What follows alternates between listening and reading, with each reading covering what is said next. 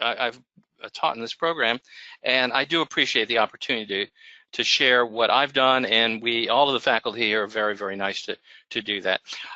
I appreciated all of the questions, by the way, that came in first, and you kind of caught me a little bit off guard, because the one thing I didn't really put a lot of emphasis on was informal learning. I think either you heard from Catherine or others, or are very interested in that, and I am too. So I will weave that into the presentation. But typically what happens in organizations, formal organizations, whether it's higher education or commercial or federal government, they're looking for something that is more replicable, because they're teaching certain areas. They'd like to know how people are learning those areas, not so much the informal side of what did they get by going on their own and inquiring. It's a very healthy thing to do, but it doesn't actually either standardize or reply to the requirements of the organization when everybody's learning different things different ways and gets different results. So there's no problem with that, and I will certainly address that. I believe that I heard from Dr. Williams that Catherine had asked, would you like to hear answers to questions before we start, because basically I would not want to short anybody on that. And here's what I'd like to do. I will be talking about the IO psychology, because that seemed to be a very prevalent topic. Informal learning was also one. And so when we get to that section, I will address those questions at that time, so that it's all kind of, it's relevant. One of the questions that I had, which came from Melody, was what have been challenging projects or memorable projects? That is part of my presentation, and I will be showing how what I teach up front actually applied to these real-world examples. And then another question on micro-learning. Certainly that came from Rhonda. Certainly I will address that. That seems to be very vogue now. And then finally, everybody was interested in, or one person in particular was interested, Rebecca, in Gagne, with whom I worked for about 3 years. So I can tell more Gagne stories, not the academic ones, the ones that are, when you get to know him as a real person. So here's where we go. Let me see if I can get this. Whoops. Here we go.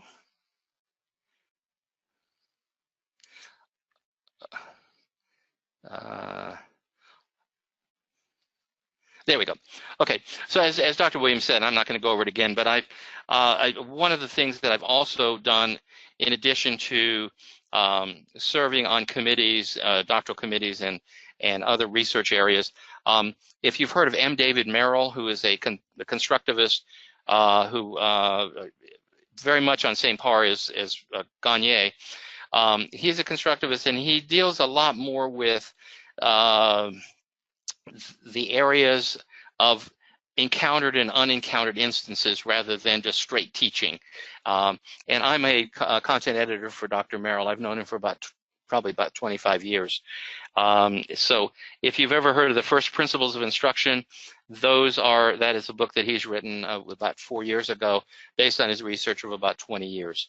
And also, I'm a visiting professor at Virginia Tech. I do what I'm doing here tonight at Virginia Tech, but in other topics.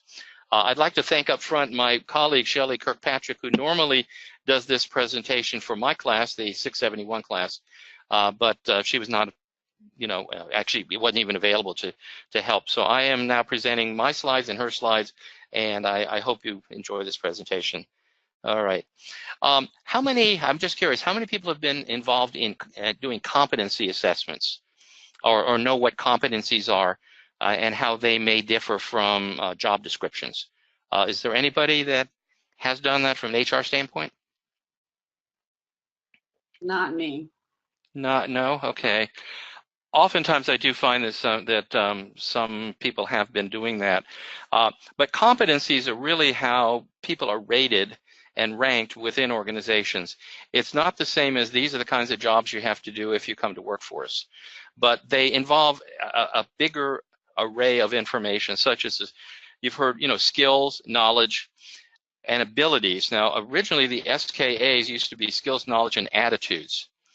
Abilities, to me, is the intersection of skills and knowledge. Skills being verbal information, rules, definitions, etc. I'm sorry, knowledge. I'm sorry, knowledge, skills, and attitudes.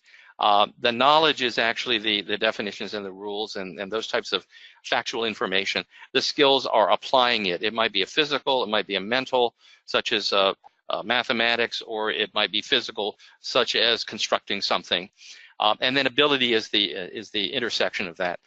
That was the original term on the KSAs.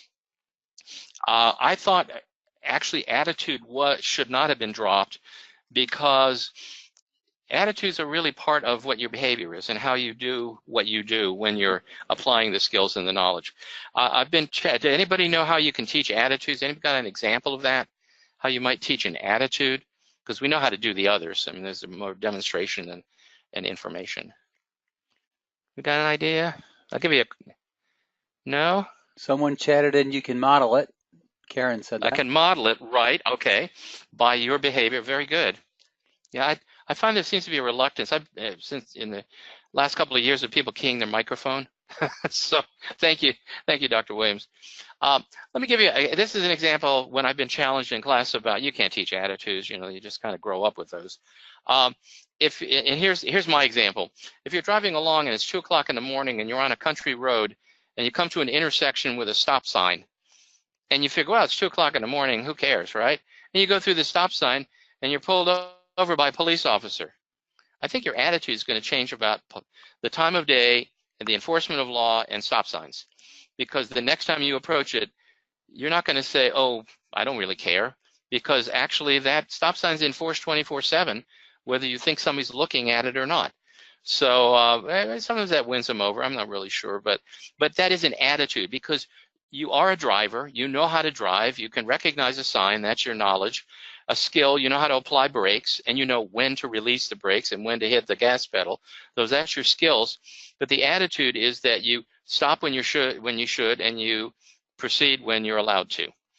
So that's kind of that particular area, which I think we still need to attend to as instructional designers.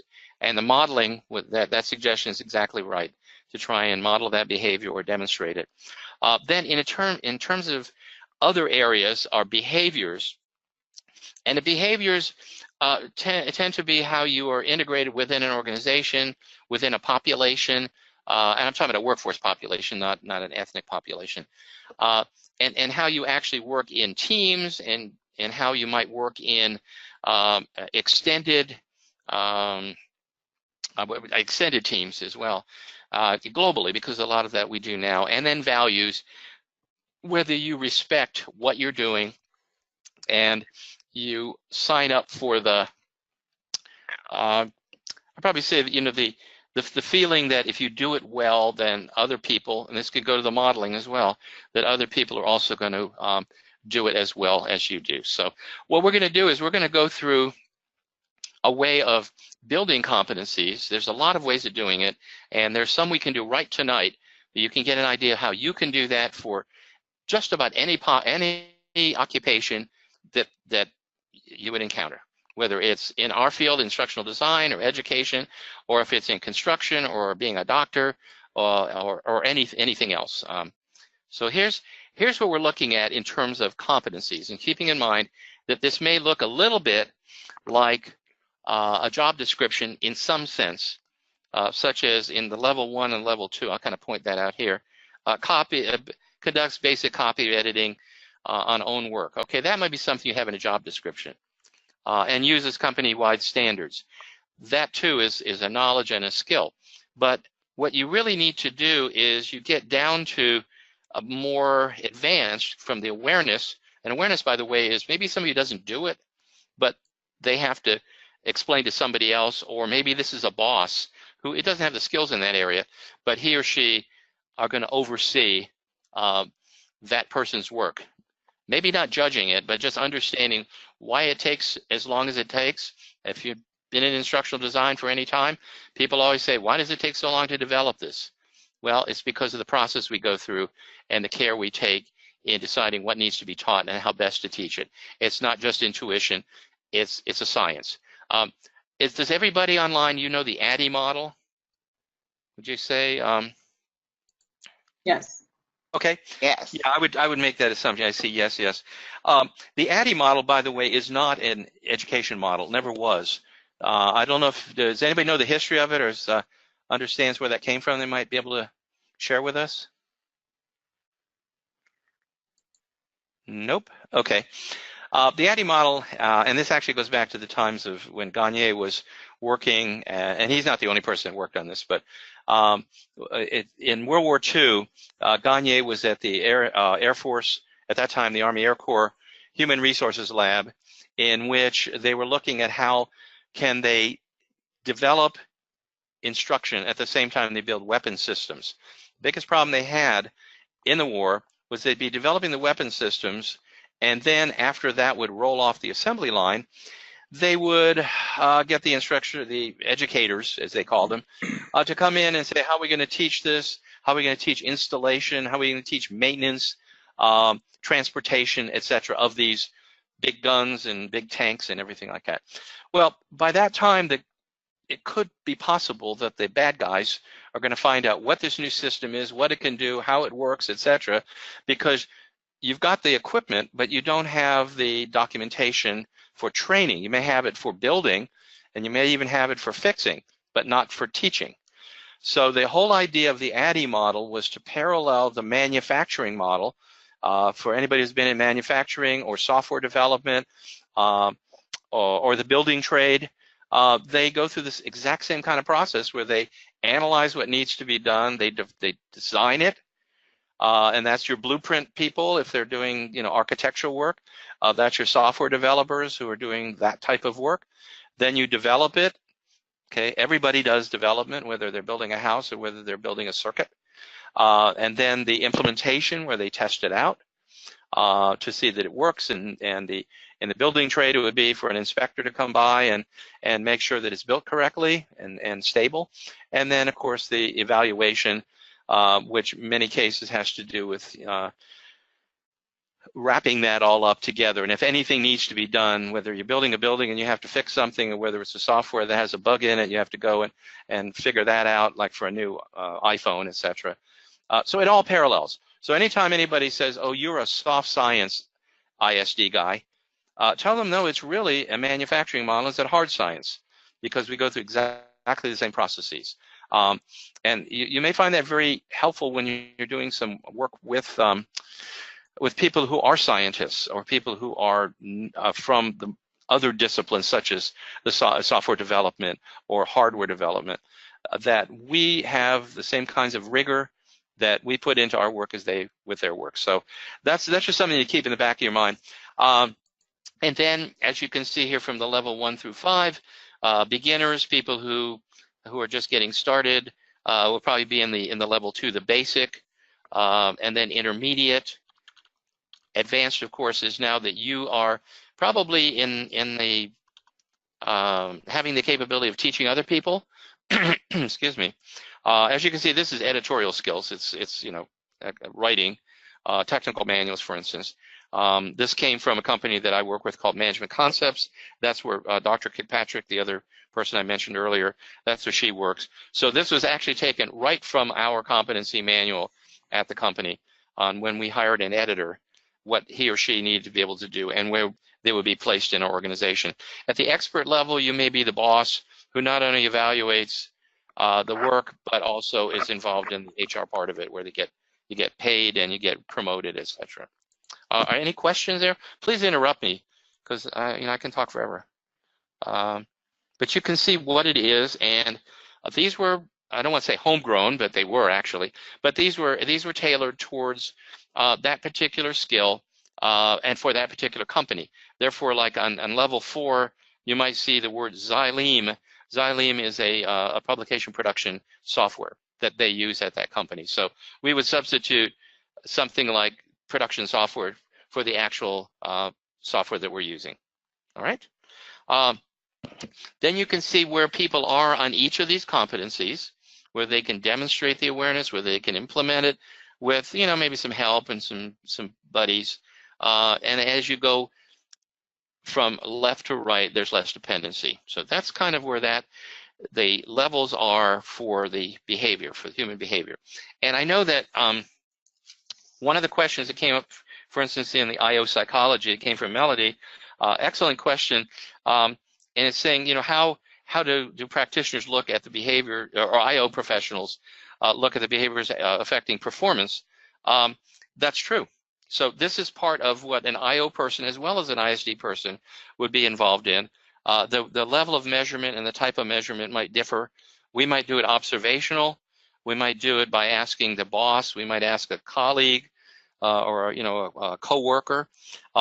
There may be more statistical and more quantitative measures that are involved with IO people, but basically the same. In other words, it'd be like a checklist, and from that checklist, there would be different scores that would be generated to actually create the level, not just simply have it as an opinion or as a feeling or as an observation. That doesn't mean that ISD people can't do that and won't do that, but that tends to be the differences between those two professions looking at competencies.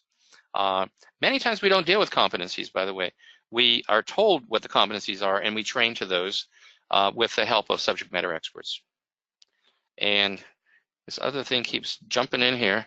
I love technology. All right. Pardon me when I get all these messages coming in. Normally I work in Blackboard where this doesn't happen, but okay, so you can see here the competency model that so I can get rid of that thing. Okay, the competency model, and this is another way of displaying it, but as you can see, and I can make it a little bit bigger for you, you can see there's leadership competencies, whoa, going the wrong way. Leadership competencies, foundational competencies, and technical. So the leadership is going to be more on the boss's side, what he or she needs to be able to do within that competency level. For instance, writing. May not be editorial, but it might be writing of instructional materials. Foundational competencies, that's what everybody should have, whether you're a leader or a technical person. And then on the on the right side, you see the technical ones. Those are probably more observed, accounting, business logistics, operations, more observable. The ones in the middle, business acumen, that's kind of an opinion, but it can be measured as well. Customer focus, that's an opinion, but that can also be measured by getting feedback from customers or getting feedback from colleagues. Okay, so that's how this kind of all gets grouped. So you start out with the definitions. You rank what those different areas are, and then you display it in either a graphic format or a summary format, as you see here. This might be a little bit easier to read than the two slides before this. So what are we measuring, and where are we when we're thinking about people with competencies? We need to be it's not being gentle, but it's actually being tactical, that you learn about these things without really confronting anyone. Now, there might be, for instance, in software development, oftentimes there are logbooks kept, and the logbooks are explaining what changes were made to the software and what bugs were found in it, or errors. An error is not a failure. An error is just to learn something that needs to be changed. So you can use that as what they call an unobtrusive measure. You can just take the book and you can learn from the behavior of that particular individual without actually saying, how many times did you have to do that software routine to fix it? Because it'll be in there, and it has to be in there so that if anybody else comes along and that employee is not available or maybe doesn't work for the company, they can look historically. From a liability standpoint, that's excellent, because if something like if the software of an airplane crashes, software within an airplane, the airplane crashes, you want to know how it was developed and what kinds of things came up, and if there was any idea that it might have that problem in the future. So that's what you're looking at, and so that's what we're building these relationships. Okay, this is about building relationships, using that as an example, but you want to make sure that you do a little bit of learning from what that person is doing, and then look at corroborating evidence, such as a logbook, such as a supervisor, or perhaps if they are getting they have a certification and they have to recertify every 5 years. That also is an indication of how current they are, how well they can perform, or how well they know something. So just always keeping that in mind. From that, and here this gets into the IO part a little bit, is we can start to, again, rate and rank the organization and the individuals within it.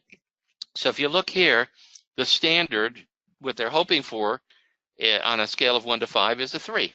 Okay, they're saying everybody should at least meet that standard. If not, then we have a problem. And then you can look at individuals, yourself, and maybe 20 other people in your company, and you can see that on average, these people exceeded by one percentage point, or whatever that scale is. You can see the supervisor and the employee, right here, these two guys, about the same, okay?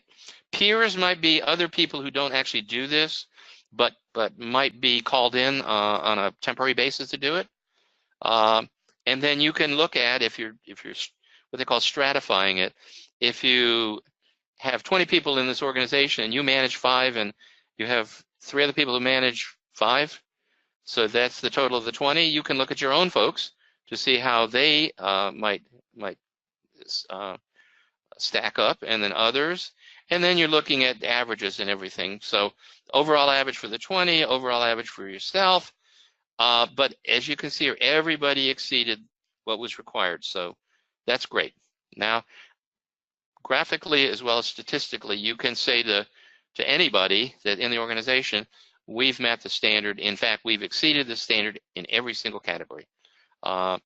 When you're an instructional designer, oftentimes they want to have evidence of, did training really work? Are people really doing better? Are they interested in what's going on and helping themselves to learn more? Usually when you see something that's above the mean, in this case, the 3,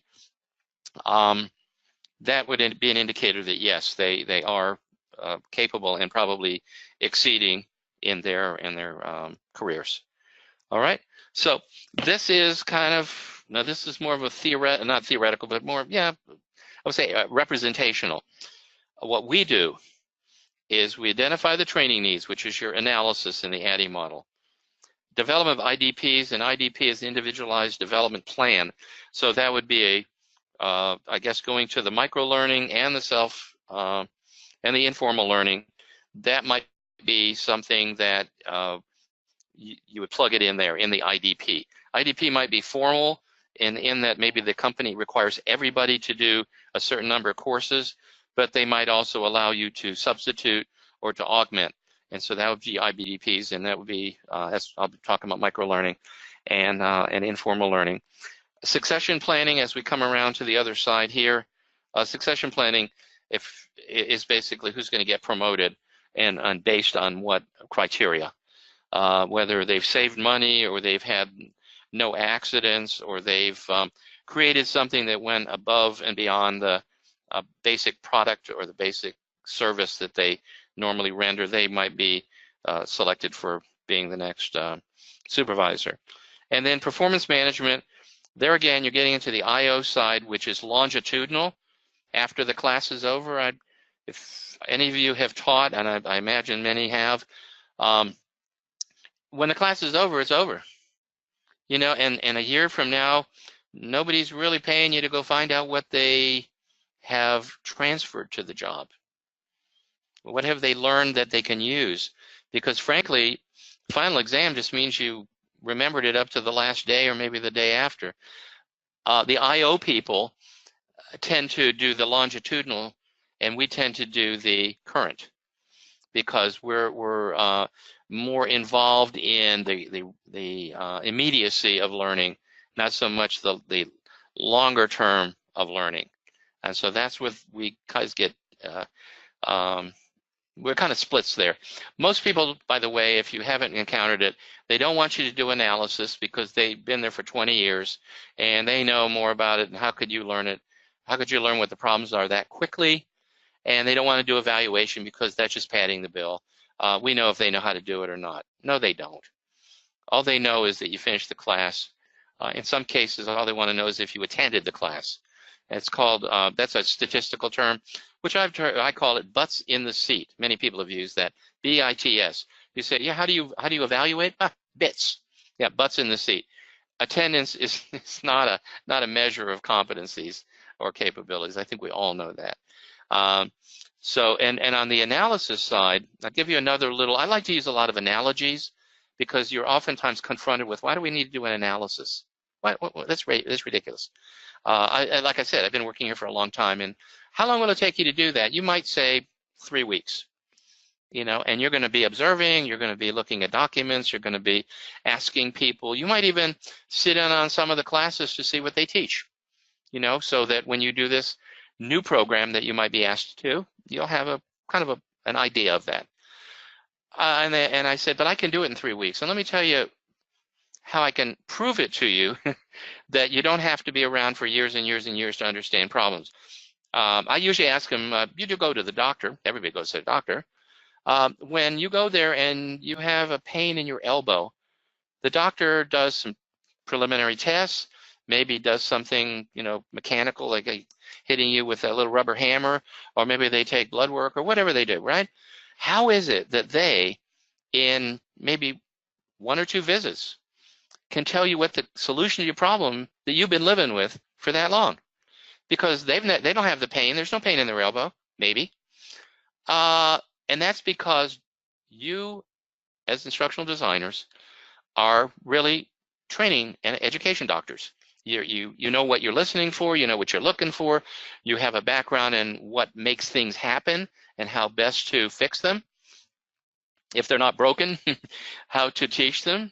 So basically, we're not that much different than doctors, except that we have a different discipline that we deal with. And that's why analysis is important, because their perception of what's wrong may not be the same thing as what's wrong, any more than if you go on the internet and self-diagnose, you can't go to the pharmacy and get a prescription.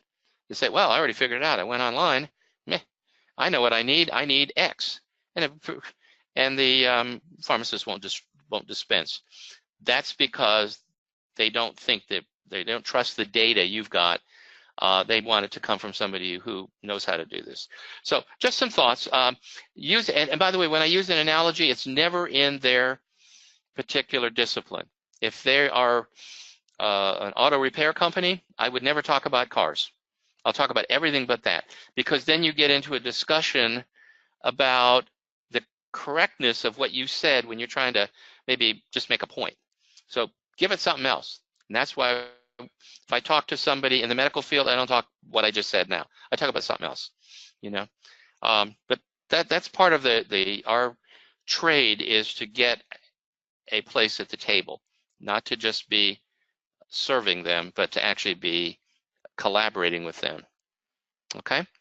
So there's an article. I can all send it to you. I'll give it to Dr. Williams to do, but it's talking about, don't be an order taker, be a solution maker. Order takers, hey, I think we need to have a 45-minute training program, and I'd like you to do it on Captivate. Well, where did you get that from? You probably maybe the only thing you know is Captivate as the client, and you've already decided that they need a training program, when it might be they need something within their organization that needs to be corrected. Not teaching. You can teach them forever, but they probably will never progress, because that isn't the problem. The problem might be something that they don't know about. So always try and think about that you are very important. You're not just a service agency. Okay, so after we define the competencies, we communicate those. And what's really important to do is you communicate them with human resources. So you and human resources are kind of co-joined. You have come up with ideas about what people need to know how to do. HR will validate that, because remember, HR is responsible for a lot of the legal parts of promotion and discrimination, etc. So they need to be part of that discussion as you're building it, not at it's over. But so communicate what competencies are important to the mission, to the sales organization, to whatever. But mission kind of is a collective term for now and the future. and your best buddy should be the HR people, even if it's a one-person HR department, because they and you are involved in workforce development. They want to make sure they got the right people being hired, and you want to make sure that the people they hire are competent and capable and trained. So you may train them, or you may confirm their training and their competencies. And then if there is a gap, then you get the right training and the development to the right people. Makes sense. Any comments? You're all very quiet. Quiet. Okay. ISD people should be very inquisitive, by the way. Okay. So where do these competencies come from? Well, they might come from a subject matter expert, somebody who's been around for a long time. I work for Amtrak Railroad as a contractor, as a consultant. And believe me, I know nothing about locomotives, but I just know that they make the train go. So when we had to do competency assessment for locomotive engineers, went to people who fix locomotives, who sell locomotives, who buy locomotives, all of these different things we had to do, and they're all subject matter experts in their respective area.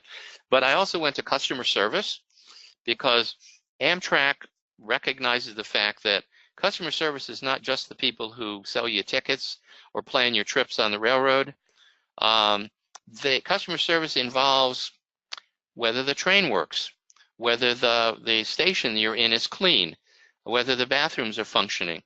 All of that's customer service, and I had an opportunity to manage a project in which they trained all 22,000 people in Amtrak customer service. And many of them didn't even realize they were customer service, just even if all they're doing is fixing, making sure the rails don't pop up when the train goes over it.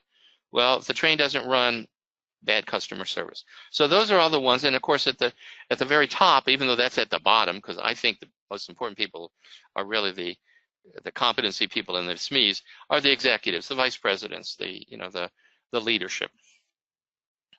Right.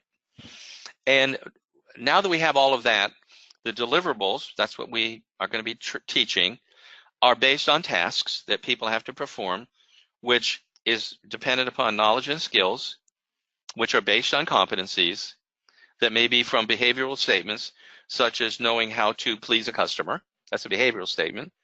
And then definitions of the discipline in which people are working. So this is oftentimes done in a workshop where you have many of the people in the same room, because then they get to help refine what is being said. And by the way, in terms of Amtrak, there was a gentleman in one of our meetings, and when he was in the knowledge skills, the task, knowledge skills, competencies, and that little grouping of things, he said, I've been with this railroad for about 30 years. I wish they had taught me and my boss taught my boss these kinds of things when I joined, because I do understand what this all means now. And that had to do, by the way, with that also, once again, the customer service thing, because all he learned about is how to operate power equipment. All right, so how do we make competency assessment successful? It's communication. We orient people into why we're doing this assessment, and give them some opportunity to practice. We give them results. That's a big problem in our field, is we may collect data and nobody ever knows what the results are. Give them the results, because from those results we can refine. And then from that we can help individual development planning, as you can see as I'm going kind of crisscross across there. And then we link on to follow-on actions, such as, do they need training? Do they need remediation? Do they need counseling? Maybe their attitude is not good. They may be really, really smart, but they've got a lousy attitude. All of that goes into making people successful. All right. And by the way, you have all these slides, or if you haven't got, if Dr. Williams hadn't sent them, these are all for you. So you don't have to take notes. And this is being recorded, I know. So as you can see, the keys to success: top management. You got to get buy-in from the top people. I'm sure everyone on the line here has gone to a conference or to a training or to a workshop or to a seminar or something in which the boss says, okay, now that you've gone to that, get back to work. Is that true? Anybody not had that? Exactly. And do you know why they many times they feel that way? Anybody got an idea on that? What I normally get is the exposure to it Mm-hmm. and just the experience of it. And if it's too grandiose, it falls to the wayside. Right, right. Anybody else? Anybody got another thought on this? Sometimes if maybe not actually engage with the subject, like they don't agree with it, but they're following management's, Absolutely, absolutely. Yeah, right on the money. They were told that you should go to class, or you should go to whatever this event is, which means that they have less people working, which in some cases the boss, depending what the industry is, may have to take over your job for that day, especially if it's something in which you're dealing with the public and maybe selling things at a department store. You may have to fill in for them because now they're shorted one person. Absolutely right. Um, Another thing that I've found that enhances acceptance and we're looking at the top, the green square there, is that the management doesn't know what it is you're going to learn. And so they're a little bit concerned you're going to come back, maybe not smarter than them, but different from them. And they don't know how to deal with that. So what I've found, one of the keys to success is give top management, maybe the high-level management people, a 15-minute overview of what the heck this is all about. You might have a middle manager. Maybe your class is going to be 6 hours. Give them a 30-minute overview. Walk them through it. Don't make them take it, unless they want to. But walk them through it and say, we're going to teach about this, and these are the exercises, and this is what they're going to learn, and this is what they're going to come back to you to help build your business, to help build your department.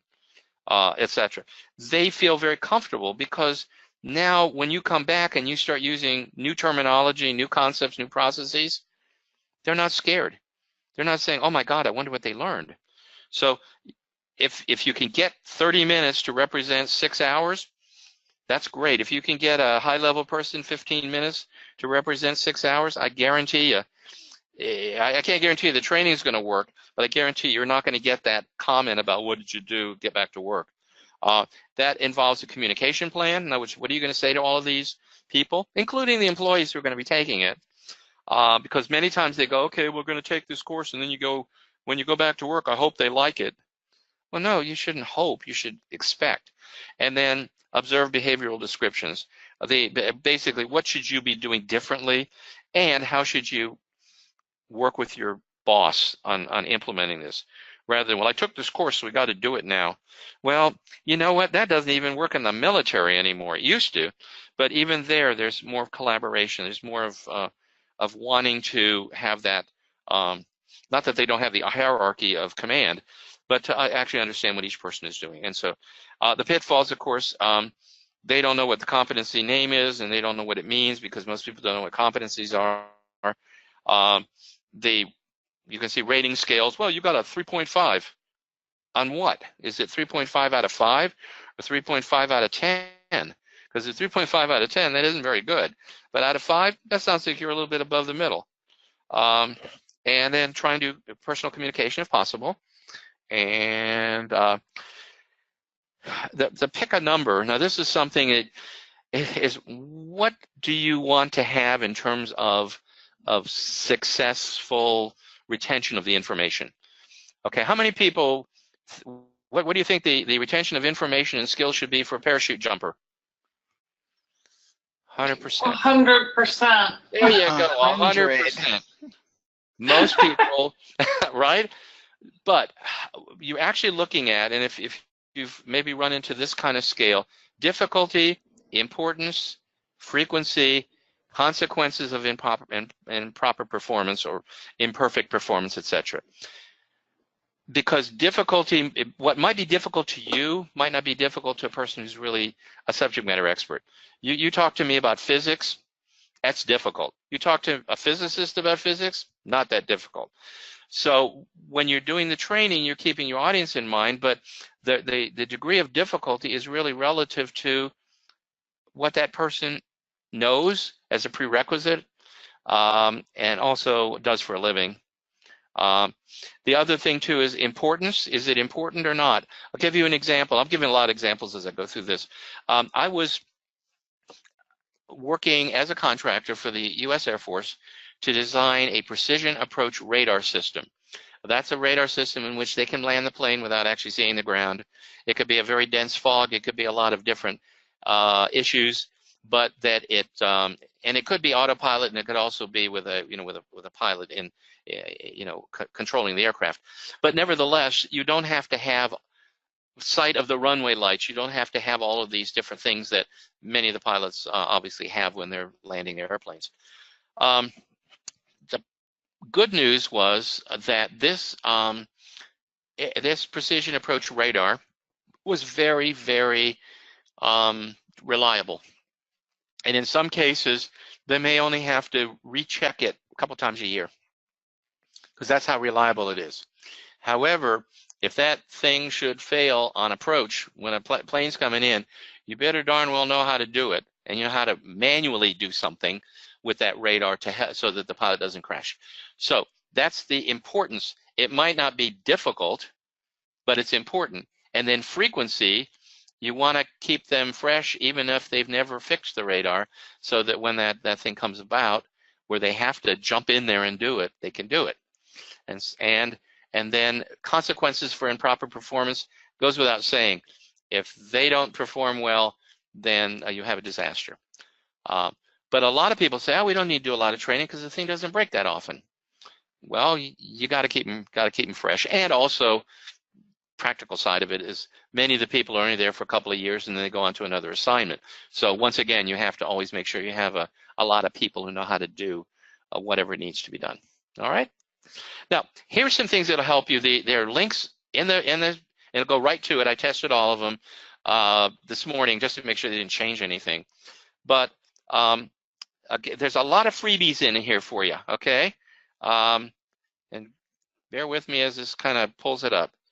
This is from the Office of Personnel Management, and if you're involved, if you're personally involved in, although it's government, but I think it transfers to corporate as well. If you're involved in leadership, you might want to look at these areas here. Let me see if I can just get a little bit more on there. But what do people who are leaders need to do? They need to lead change. They need to lead people, and then leading people, you have conflict management, diversity, et cetera, et cetera.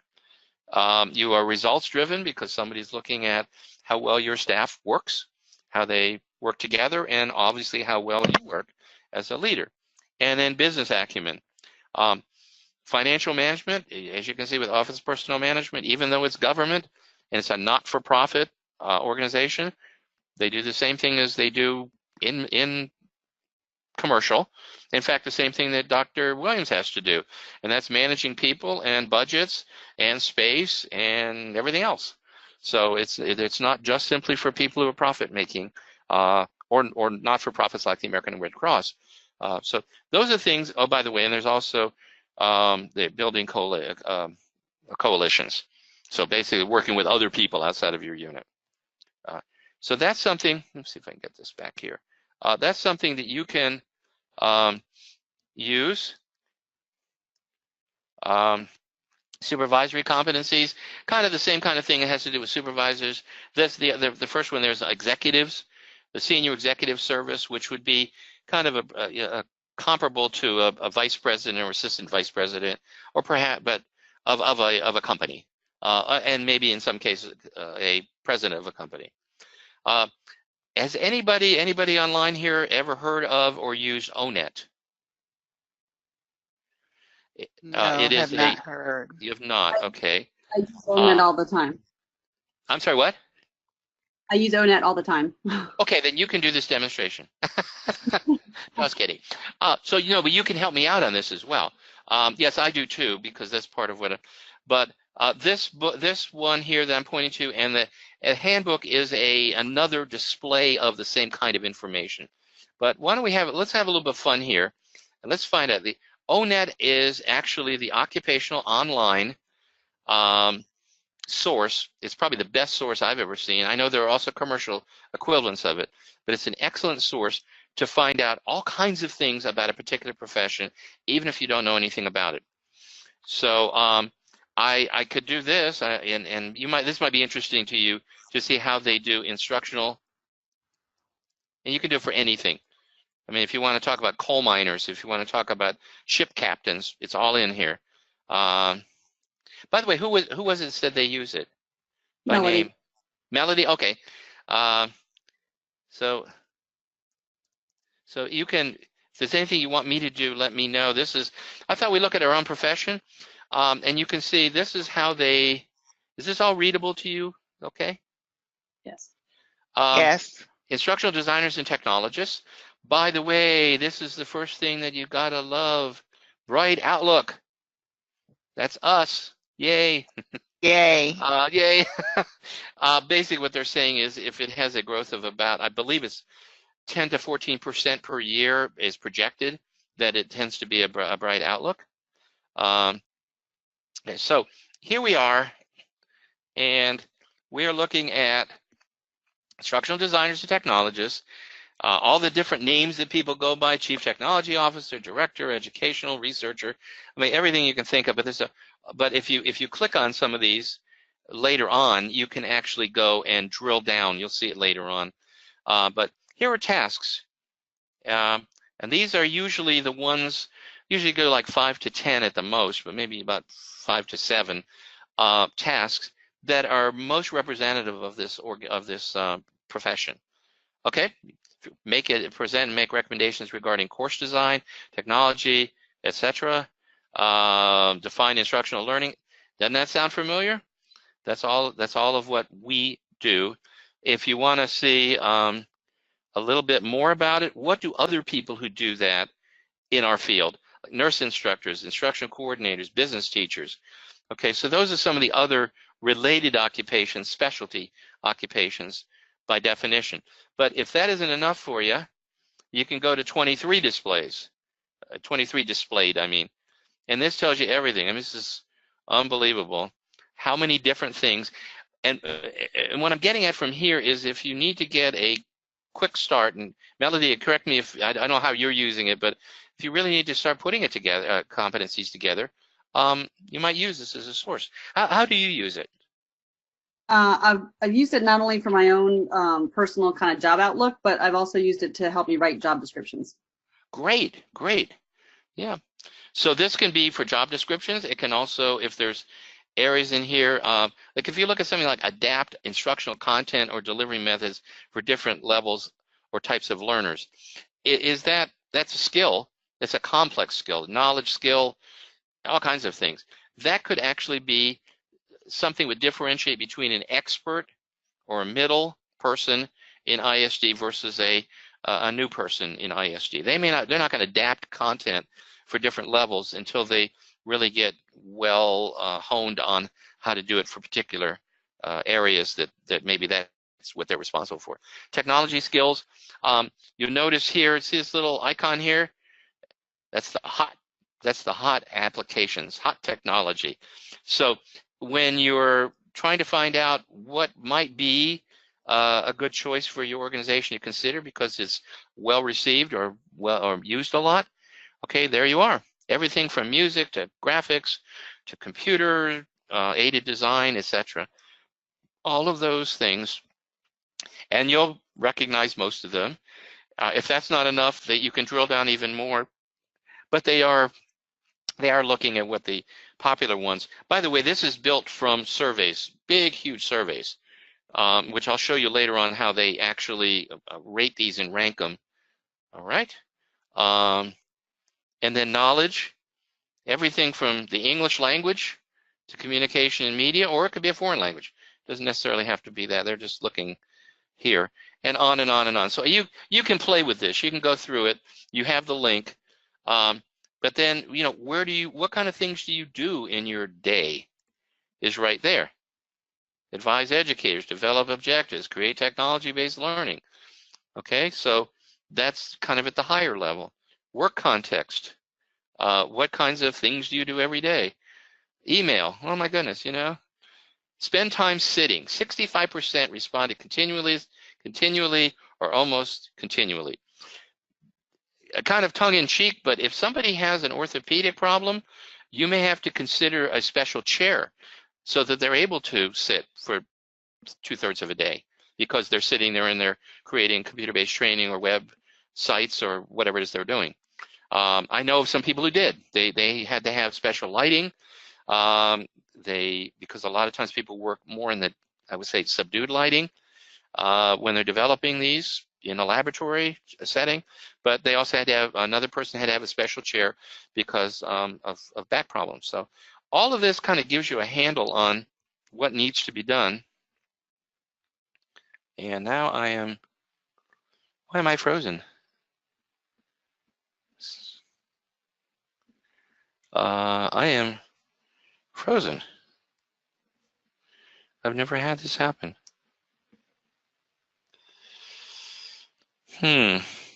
Stu, try closing the link and then opening it again. Or is the entire computer frozen? Well, you can see where my cursor is on the right.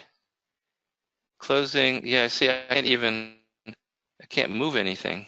Wow.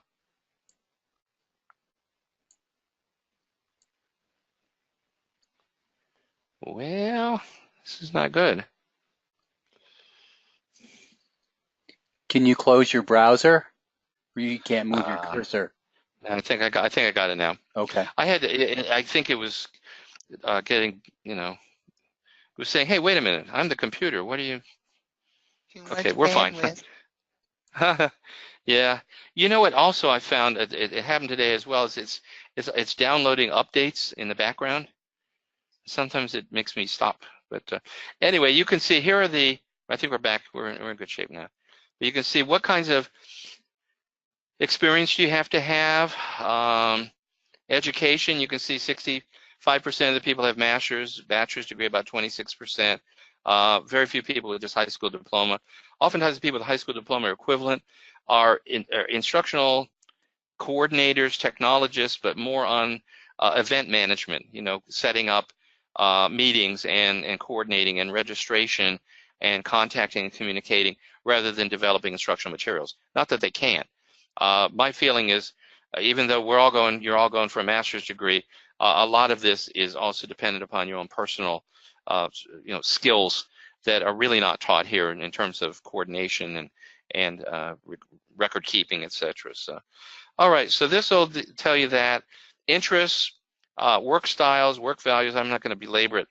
Now, this is nationally, the median salary is $30.65 an hour, or about a little bit shy of $64,000 annually for a person with a master's degree in this field. But why don't we look at Maryland, or if in another state you can do this as well.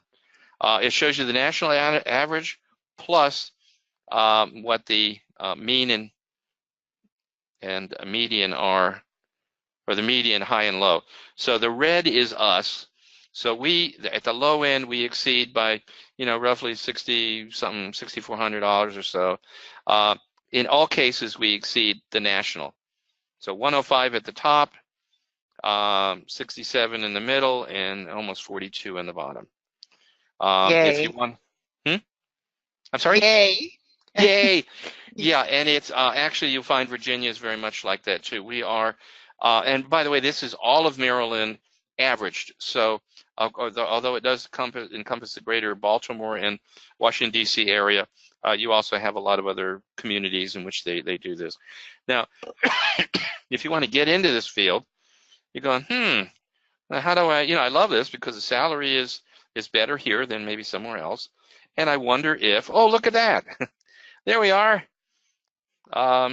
You can go every university in the country that offers the degree program. And I think this is really a great asset. Now here you have to actually add in instructional design. It doesn't go right to that, but it does go to the website. So you can, if you want to, you can see what other people in the area, who else teaches it. And that basically, if you're trying to hire people, you'll find at University of Maryland, you'll find at the UMUC has a competitor program. all around here, Towson, etc. They all are teaching something that's like instructional design, instructional technology. So if you're looking for people and you're not finding the person who's graduating here or on the job board that we have at UMBC, you might look to the others, but you certainly don't want to encourage anybody to go any place but here. That's my commercial. So we talked about IO psychology, and the questions were very, very good, both from Melody and others. You're saying what is, and here's where I'm going to answer the questions now. The question was in this week's presentation, I mentioned IO psychology, but IO psychologists look at behaviors affecting performance in organizations. Do you feel that IO psychology in the workforce blends well with training and development, i.e. they research the causes and designers design the training solution? By the way, do you have each other's questions, or am I the only one? They posted them to Blackboard, so if they wanted to look at others' questions, they had the ability to do that. Oh, okay. Thank you. I'll just quickly go through there, but here's Stuart's information. I work with IO psychologists. They tend to be more on the statistical side and the interpretation of statistics, more so than how did you do on a test, what did you score on the multiple choice true false completion type of test, and where are the weaknesses in the test. That's what IO psychologists are probably better skilled at. And let me give you another example of this. I'm working for a government agency. As you know, I work for the intelligence community. And I was working at one government agency where everybody has to take this mandatory test, and the test has to do with classifying documents so that they're properly assigned who can read them and when, and whether they could be public or not, that kind of thing. And there was one question that about roughly, I think it was 83% missed it. So what would you conclude as an instructional designer? 83 people missed that question. What do you think is the problem? Any got ideas? That was our question from the people, from HR. The question wasn't clear? Okay. Instructions? It could be. Question wasn't clear with instructions. Any other thoughts on that? Okay, I'll tell you, this was the approach that and by the way, I've got a background in statistics because I'm on doctoral committees, I have to at the least interpret and understand what the candidate for their degrees, whether it's a master's or doctorate, what they've said and whether it's correct in their interpretation. Okay, here's what the problem was. Everybody's saying, in fact, your answer was very correct. By the way, I don't know all the names, but you're right. It wasn't clear, and that's what everybody said. It wasn't clear. Let's throw it out. So I said, well, I don't know. Let's take a look at this. So here's what we did from an IO perspective. We said, how many people who did really well on that test missed that question? And how many people who did really poorly on the test missed that question? Okay, the top people you would expect would all get it right or pretty close if they were getting a scoring somewhere 85 and above. You know that people who are not doing well, who were probably 60 or 70, 60, 65%, probably might by chance get it right, but it would probably be more from probability, like there's 4 answers, and so they picked one of them and they have a 25% chance of getting it right. So we looked at it and we did a correlation, very simple, not high level statistic, but we looked at difficulty, because there's a difficulty indices that you can measure how difficult was that test question with regard to all the other test questions that they had, which was approximately 30. And it scored very high it scored very low in difficulty, but it scored high in missing it. So, wow, that doesn't make sense. So then we said, is it written incorrectly? The question was, I can tell you because it's not a classifier, is why do we classify documents? And they had 4 chances, 4 responses. Now the people at the who were getting the 85 and above, they were missing it, almost to the point of, I don't know, 90% of them were missing it, and the people below were right around 25% getting it right. Okay, here's the answer to your question. It was coded wrong. On the answer key, it should have been A, and it was coded B. Nothing wrong with the question. Shouldn't have been thrown out. It was very important to ask that question. But an instructional designer might, and this is not an indictment, would say, it's not written well, let's do another question. Because they may not do the inter-item correlation. They may not look at it that way. They might look at difficulty indices. They might look at, there's lots of other tests. That's just the simple one that I was just presenting to you. So you don't want to just say if they scored poorly, throw it out because it probably isn't any good. You have to know enough about statistics to say, let's look at what happened on that test. The big, and by the way, this this was really serious because it affected 17,000 people. I'm not kidding you. Some people did not pass it because they missed that question when it was actually right, but they were scored wrong. So that if that answers a question in any other way, that's a different kind of analysis than just simply opinion or thoughts or looking at the item, but looking actually at the performance in a statistical sense. So yeah, I do agree with you, Melody. It is behaviors of performance. You actually hit it on the money. They're looking at behaviors affecting performance typically, this IO, after the course is over. And we're looking at it during the course and just soon after. And with that kind of example, I think you can see that they're bringing something else to the table. There was a question from Rhonda, said, and you're right, my professor advised that she took an IO psych course, keep the copy of the textbook or notes from the class as you go through your career. Rhonda, do you work with people who are doing more of the statistical kind of things? Not really. Not really? No. Okay. Yeah. Not now. There's discussion of it, but currently, no. Did you take any statistics along with the IO course that you had? Yes. You did. So both undergrad and grad. This kind of resonate a little bit? Yeah. Yes. Okay. So that I think that that is a very good point. And it is, by the way, I'm not doing a commercial. I'm just trying to say that I think there's another profession that complements what we do, not so much interferes with what we do. So let's see. I think I had another one on IO. I think I've answered. I hope I've answered Rebecca's question. How does IO tie into ISD? Have I done that for you? If Rebecca's on. Yes, you have. Thank you. Okay, that's all I'm going to mention about it now. Okay, so as you can see here, you can read about this, but I kind of covered that as we've gone along. But in addition to all the statistical things, work-life balance, leadership, etc., motivation, those are other areas that they're dealing with. So I'm not going to belabor it, but looking at rating scales, ranking scales, and psychological tests, like how many people have had the Myers-Briggs, MBTI, Myers-Briggs type inventory? Yes. Yes. You've all kind of, yeah. And if you're an ENTJ and I'm an INTP, what do you do with it?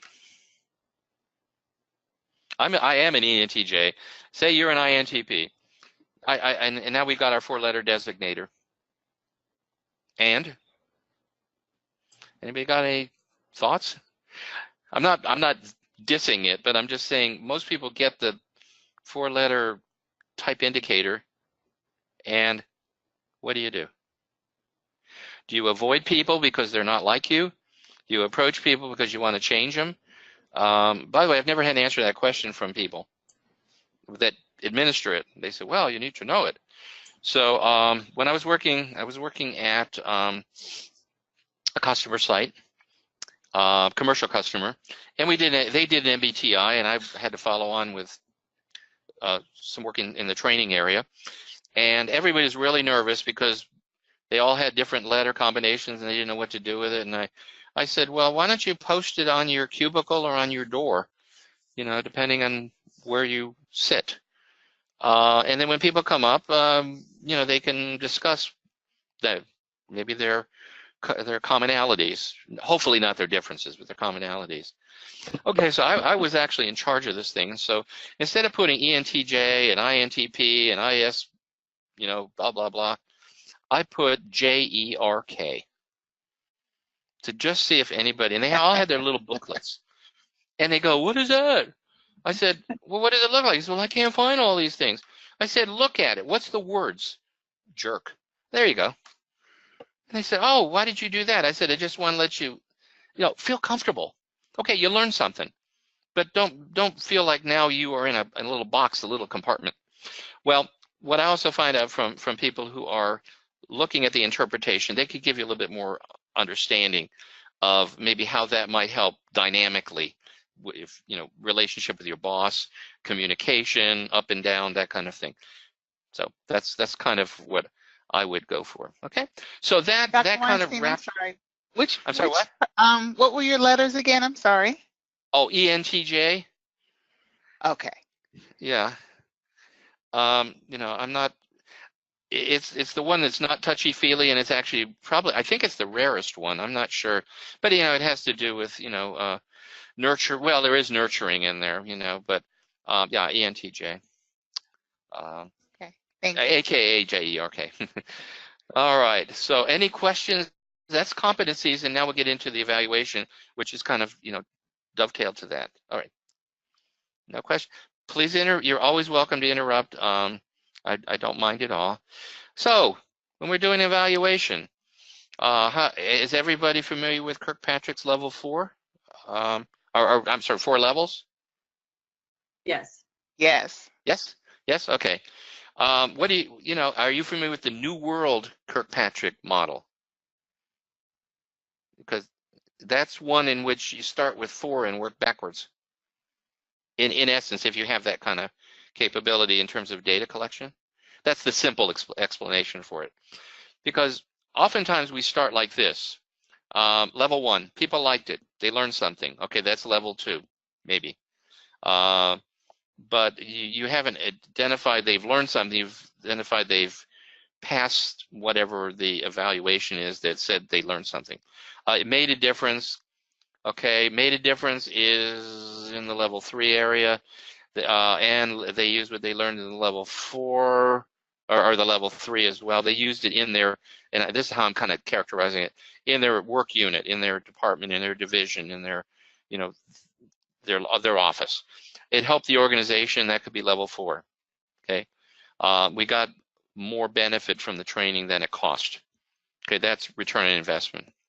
That's actually level 5 of that is attached to, that's Jack Phillips, if you've heard of him.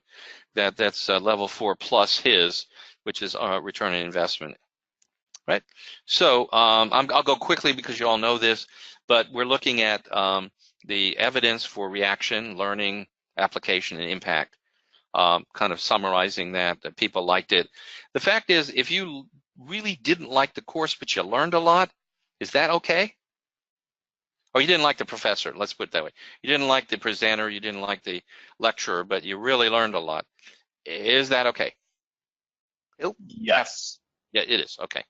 Because that's more of your goal than being entertained.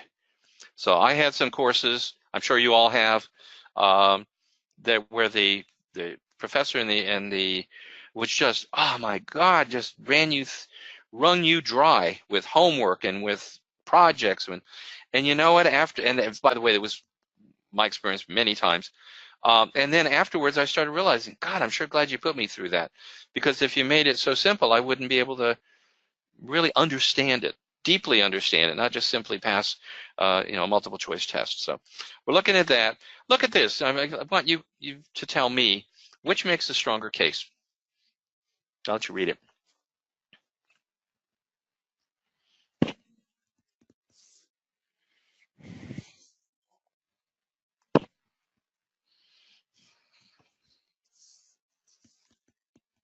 The one on the right. One on the right. And why?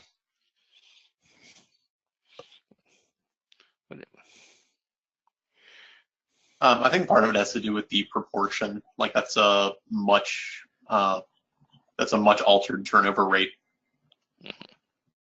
Okay, very good. Any other thoughts, folks, on the one on the left? I mean, that's what we oftentimes people say. How many people passed? Yeah, 86 to 88%.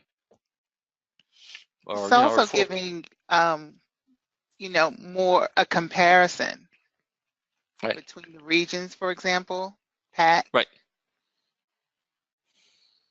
If the goal was to retain more employees, then obviously the data on the right is going to bear that out. On the left, percent of 900 students is, not as noticeable as Okay, losing less employees.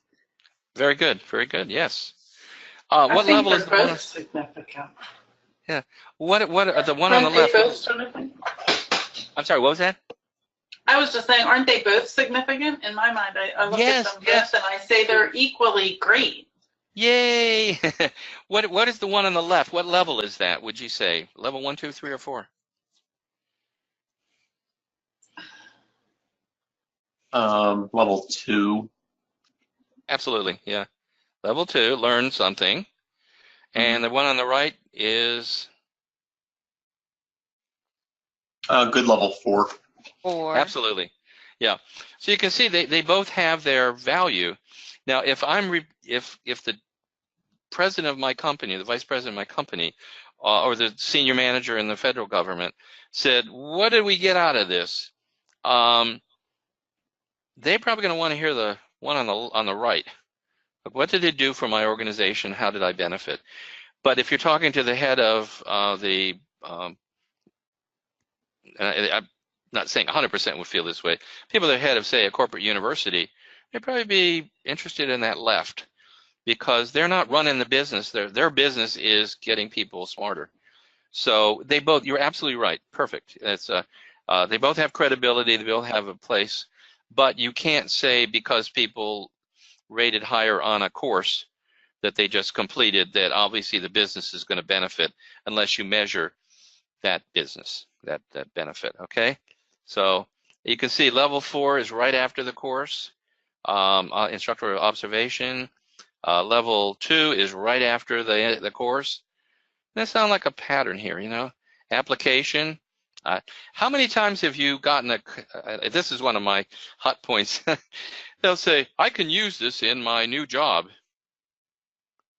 Anybody can do that? Can you do that? You just took a course prior to starting a new job and you said, I can use this in my new job. This is Rhonda. Yes. I could say yes. Okay. That because I was able to do that during a training session where the assignment was to immediately apply it the next day to the job. Excellent. Excuse me, Yeah. and then bring it back to the training session. Right. Mm-hmm. That's correct. Yeah. That is one good reason. You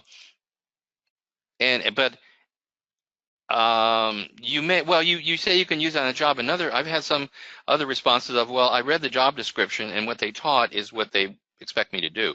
So I could probably fudge that not fudge it, but I could actually assume that. But other people who really don't know what the job is, because they're going to be considered for that job if they pass this test, like an employment test, they may not know that. So, but yeah, you're absolutely right. If you can apply it, and that's exactly the thing that I think burns us is when we learn something and then we never use it, and then 3 months later they wonder why we took the course because we don't know how to use it, but they need it now. There is a book, and I didn't put it on here, and I thought of it after I'd gotten all of your questions. It's called The 6 Ds of Breakthrough Learning. I don't know if anybody's ever heard of that. 6 Ds of Breakthrough Learning.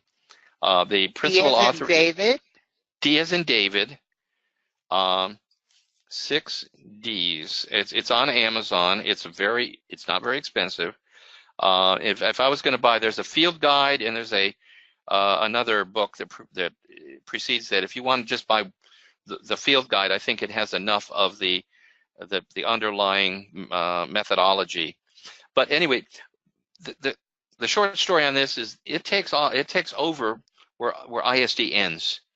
It's transfer of training to the job, just what was spoken. I can use it. How do I use it? You build into your instructional design the tools, the hints, I can't think of all the words, but you know, the capabilities in order to transfer it to the new job. Not just hope it transfers because you learned it, but and I'll give you the 6 Ds, what they are. Define, and I'll get you the information through Dr. Williams. But define, design, develop, drive, deploy, and document. So define is what we call analysis in ISD. Design is design. Excuse me. Develop is develop. This is all part. This is not an ISD model, by the way. This is build it in so that when you finish the training, it's going to transfer to the job. The drive and deploy are actually the implement. Okay, because remember there's 6 Ds. We only have 5 phases in the ISD model. So our implement in ADDIE is drive and deploy. Drive is actually field testing, and deploy is like a rollout, you know, to something that the first initial offering of it where you learn from that, and document is our evaluation. So I would recommend that. I think the book sells for like $40. It's not one of those $300 books or $200 books. Okay, so that will help you on that. Who uses the information? Well, as you can see here, the students, supervisors, instructors, everybody uses all this information at different levels. So you want to make sure that you have data. Many people do level 3 and 4, and it's all opinion. Yeah, I think he's doing a really great job. Well, that's nice, but it's not defensible. You know, you can't walk by and look over somebody's shoulder and say, "Yep, that's what they learned. He's doing it. She's doing it." No, that's not going to work. Not if you want to get money. Excuse me.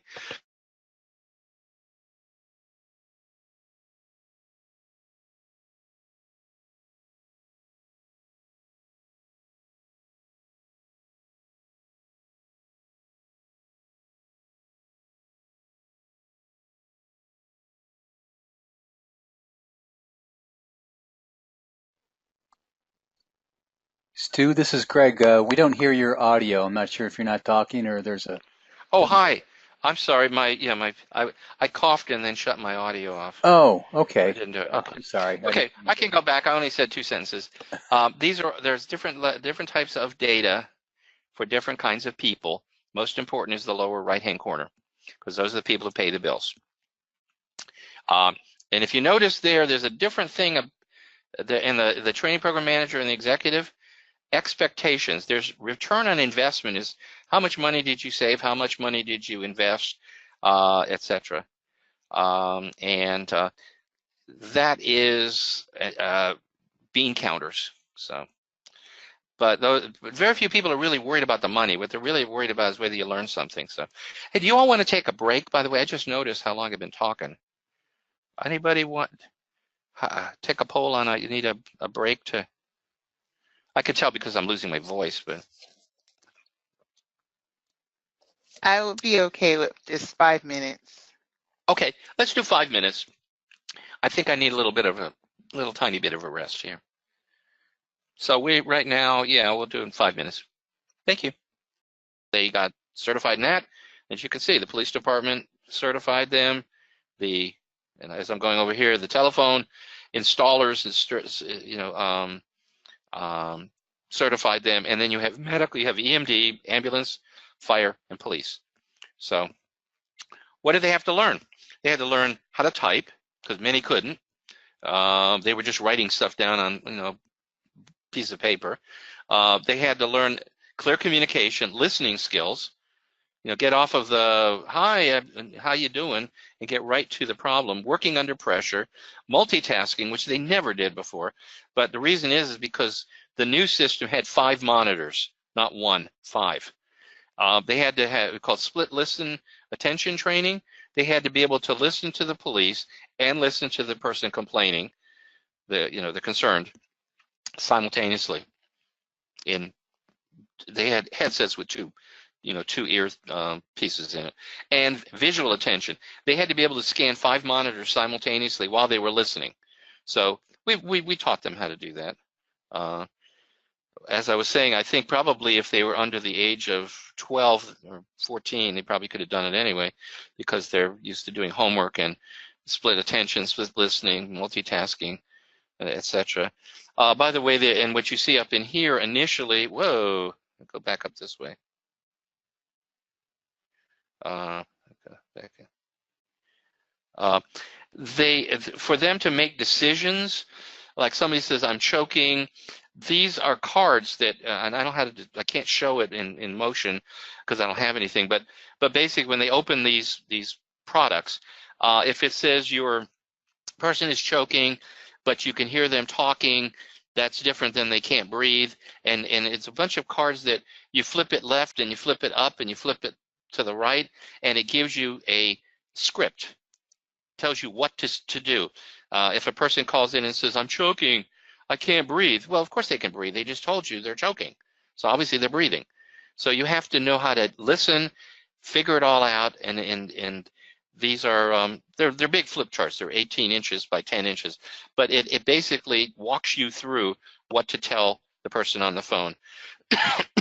At the same time, the fire department is monitoring it, for instance, and they know what you're telling them, so they know what to do when they get there.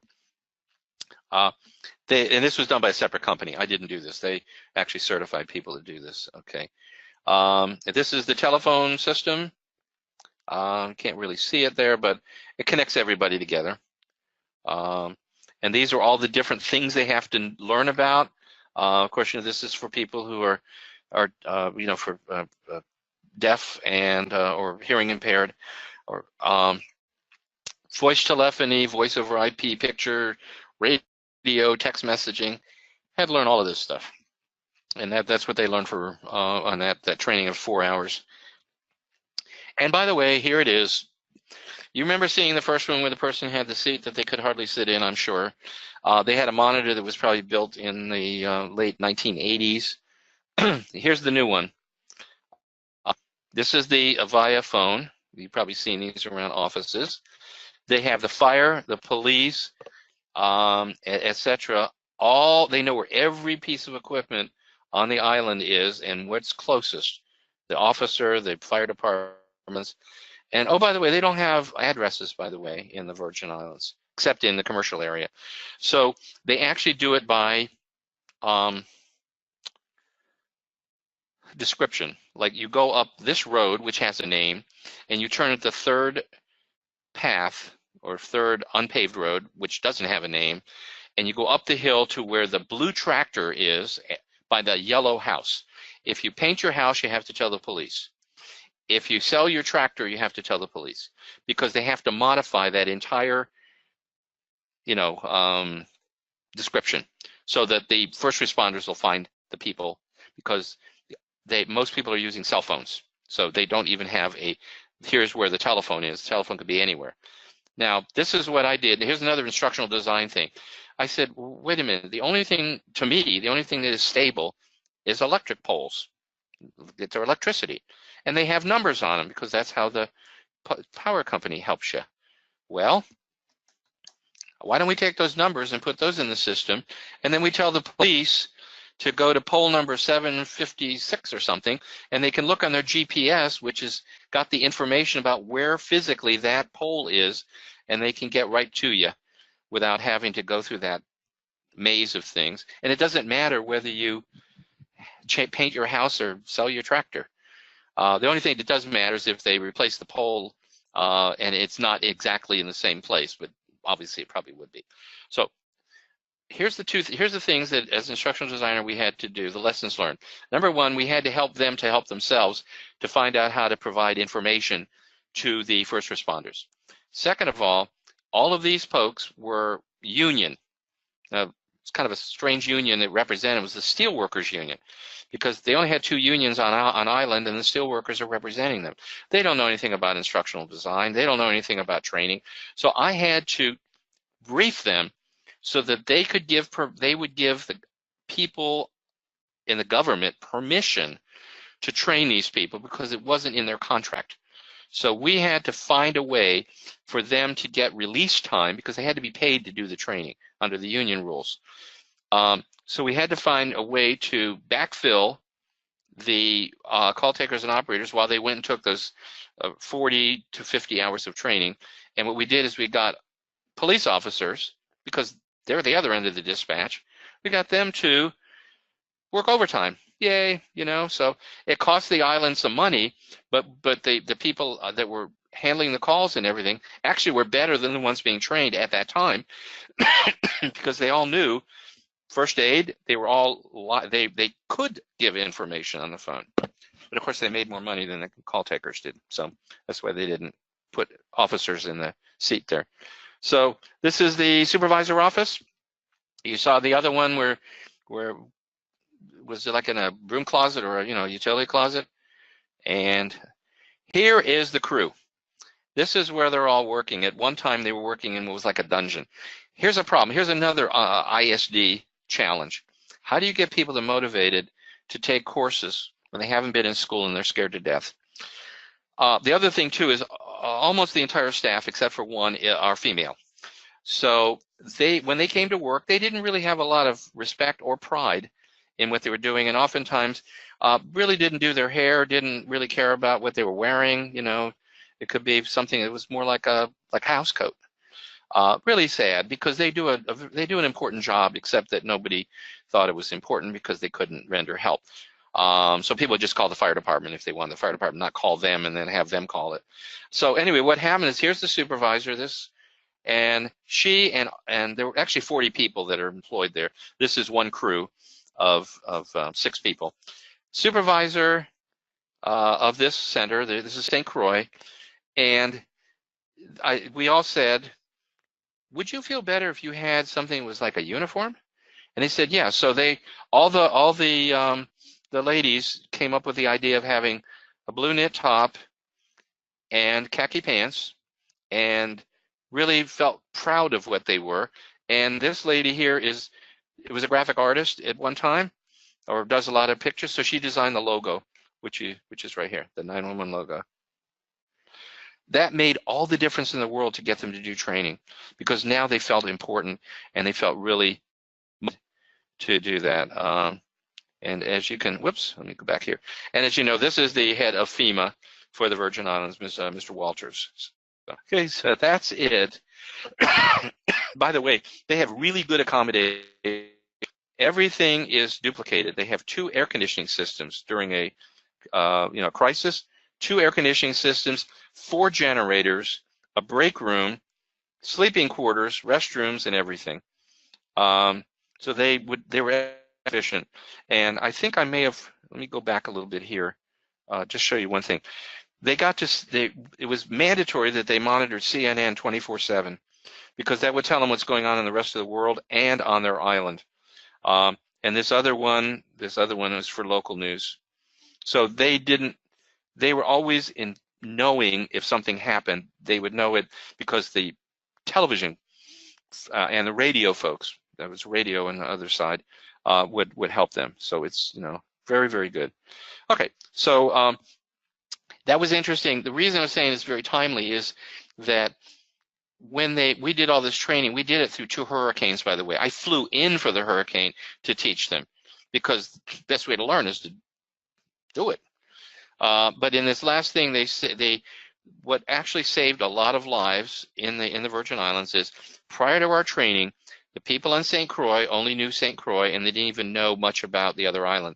Some people had never been to the other island in their life. The people on St. Thomas, same thing, and there's also St. John, which is half of it's a national park. What happened is, we designed the training so that the people in St. Croix could actually dispatch the officers and the first responders in St. Thomas if for some reason St. Thomas Center went down. So they could actually know, they knew everything about each other so that they had that redundancy, and that actually saved a lot of lives because there was times when they needed to have additional help, and the other island could help them even though it's 40 miles away. All right, so any questions, comments, thoughts? This is Rhonda. I had one Yes. question. You Sure. said for them to build everything was about 14 months? That's correct, yeah. To put in all this technology was about 14 months. And the reason for that was the funding. I wasn't going to get all that, but initially they didn't have enough money to actually pay for all this stuff. And so what they did is they borrowed $1 million from their public works department, you know, that do the water and sewage and all of that kind of thing. They were able to, and then they borrowed money from a bank which is equivalent to like the Bank of America. It's called Banco Popular.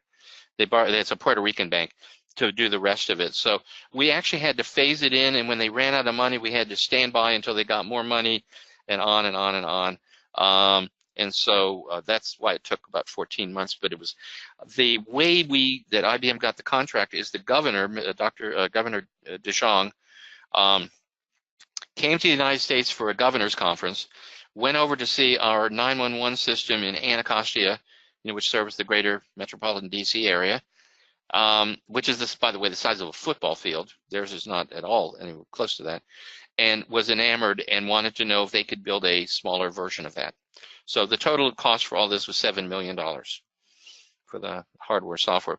By the way, while we were building the technology, we were doing the training. We actually had one of these temporarily. We built one of these suites so that they could be learning at the same time. Any other questions?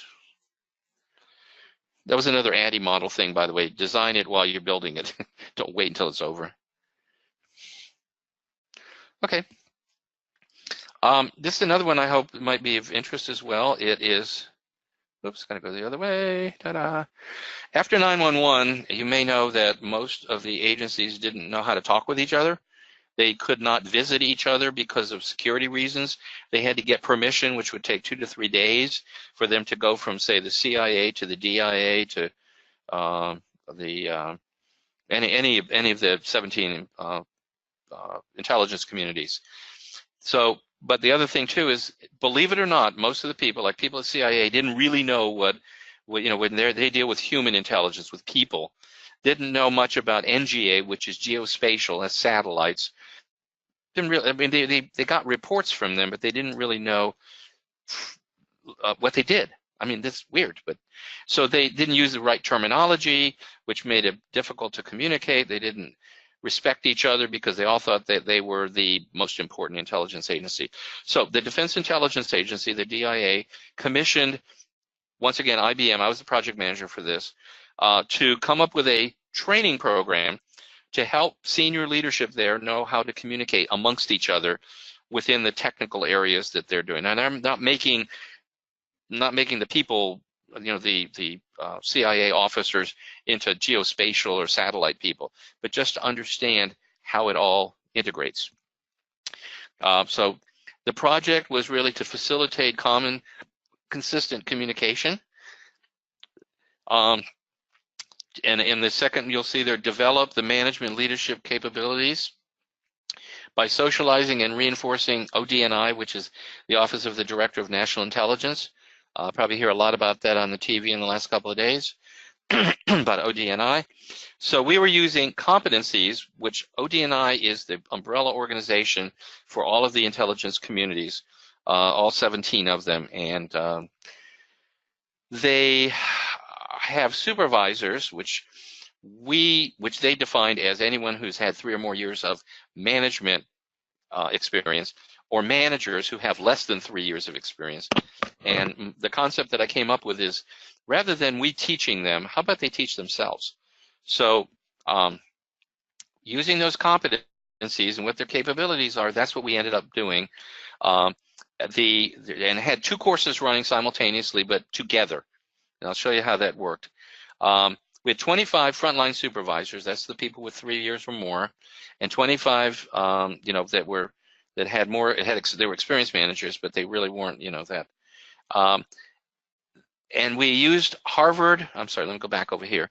Use Harvard Manage. Goodness gracious, Harvard Manage Mentor, which is an online program from Harvard University, in which you can get basic training in leadership, but if you're interested in any of the particular elements that they're teaching in that particular module, of which they had 55 at that time, I think they have more now, you could drill down into, I need to know more about, I'd like to know more about. And by the way, it had motion video, it had audio, it had interviews, but if you were a person who traveled a lot, you could download a transcript of the video, which you wouldn't obviously the motion, but you would get all the words and also all the other information. So this worked really well for the government. People who were on travel could keep up with their training even if they were deployed the next day. They could download it, read it on the plane. None of this, by the way, is classified. None of it, because Harvard University doesn't do classified. Okay, so, and then we had the competencies, OD&I competencies, which we were just talking about competencies earlier. And we used that and crosswalk those to the management programs that Harvard had. So it was Harvard and myself and IBM all collaborated to create this, with IBM taking the lead. We had self-study, we had group learning, we had on-the-job training. This is all within a 10-week window. They had Harvard, HMM is Harvard Managed Mentor, those are those modules.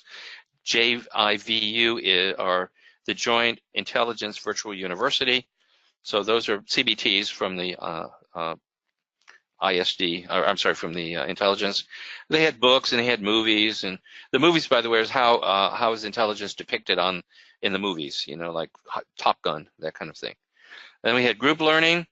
We had facilitated webinars like we're doing right now. With discussions, we had what we called learning labs rather than workshops, where they had group discussions, case studies, role plays, activities, you name it. We had, I think, 14 different ways of teaching, which appeal to a lot of different people. And by the way, this is military and civilian. So we had people who were Army, well, not just Army, but all military officers, all the way up to a colonel, and then people who were all the way up to a director in the civilian side. Okay, so there's Harvard Managed Mentor, Quick Place that you'll see on there.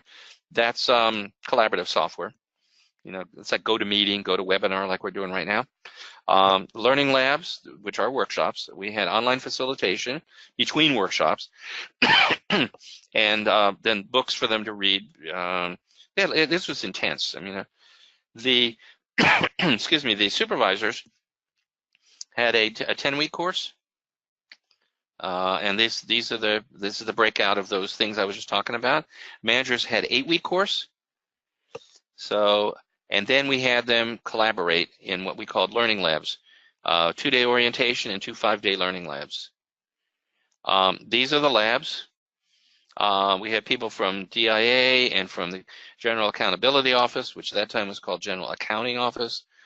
These are IBM. This guy was in the Army, Department of Labor, and OPM. These 3 guys. So they all have federal background. He did simulations.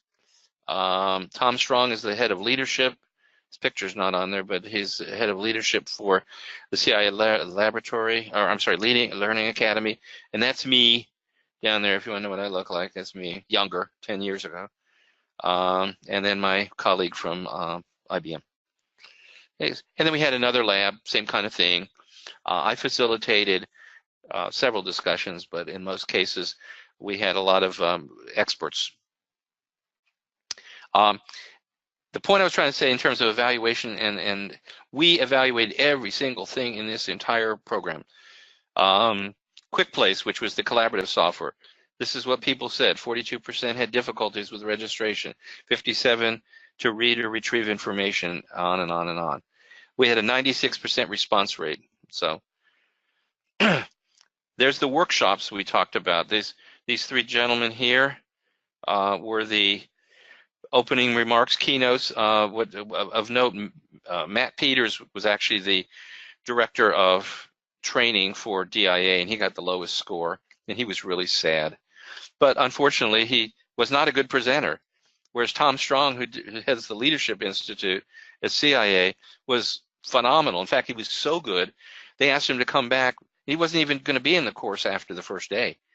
And they asked him to come back sometime during the course because they liked him so much. So you can see, but the point here is every single thing we measured on a 5-point scale. Excuse me.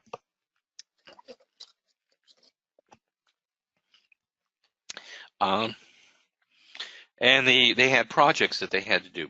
By the way, their projects were presented to real people at real agencies, the head of DIA, the head of CIA.